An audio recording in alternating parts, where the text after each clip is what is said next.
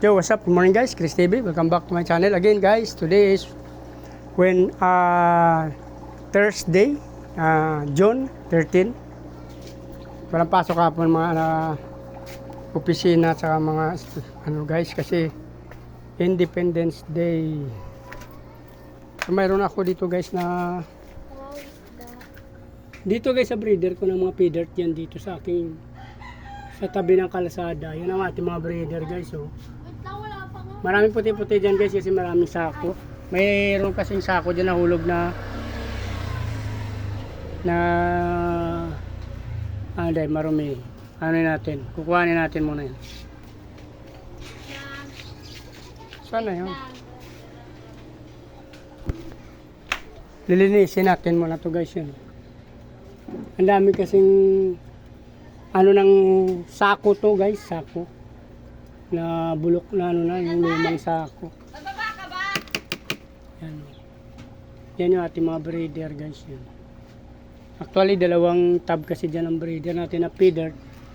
Sa kabila isang piraso lang nakuha ko. Hindi ko alam kung kinain na nila o ano nangyari. Kasi pinapakain ko naman araw-araw. Natagalan ko kasi nabisita to kasi busy ako sa mga ilang araw. Panay sira yung aking karwa. Ito lilinisin ko rin to. Mayroon ding patak ng mga sako dito guys. Kakaunti na lang tubig niya actually pero dagdagan na natin mamaya.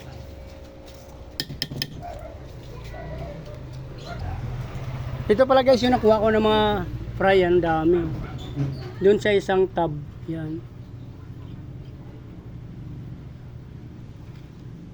Almost 30 pieces na rin. 25 ganon guys.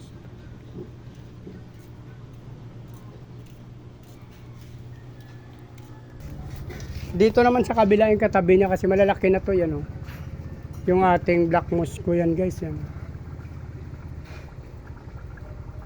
Yan mga black moose ko yan dyan guys. Maraming sorter ako nilagay dyan pero wala na buhay. Sana lang. Hindi ko alam kung kasi may nandudukot dito. Hindi ko alam madukot na nila yung mga muli dyan tsaka sorter. Actually sana may muli pa yan oh. Ang daming muli na ilagay dyan oh, wala. Yung muli dyan na 20 plus, hindi na nakita. Parang wala na yung muli dyan. Ito sa likod, mayroon pa tayo dyan. Ano? Yan. Muli, saka mga gapi rin dyan guys. Grow out kasi yan. Same din dito sa baba. Yan o. Yan, dyan naman maraming gapi dyan.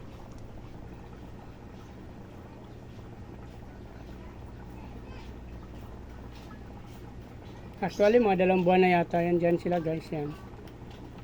1 buwan may get. Sa ilalim naman, di lang makita. Tingin may nakapatong. Ito na mga ano.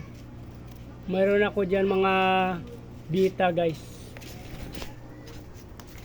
Ito medyo kaunti na yung tubig. So, nagdagan natin.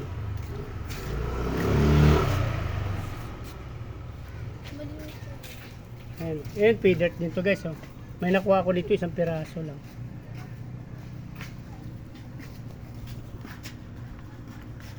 Ito yung ating sword. Tinikuha ko na yan guys, namatay kasi kasamahan yan. Natapunan ng sabon ng anak ko kaya 3 sana yan. Ready to breed na sana yan. Oh. Nadisgrasya yan, natapunan ng sabon sa washing machine. So dito na lang guys, ibabalik ko na yung aking mga tab na yan. Pinagtatanggal ko kasi yan. So, ibabalik ko na. Kung natapos yung video na to, please like, follow, subscribe sa aking YouTube channel guys.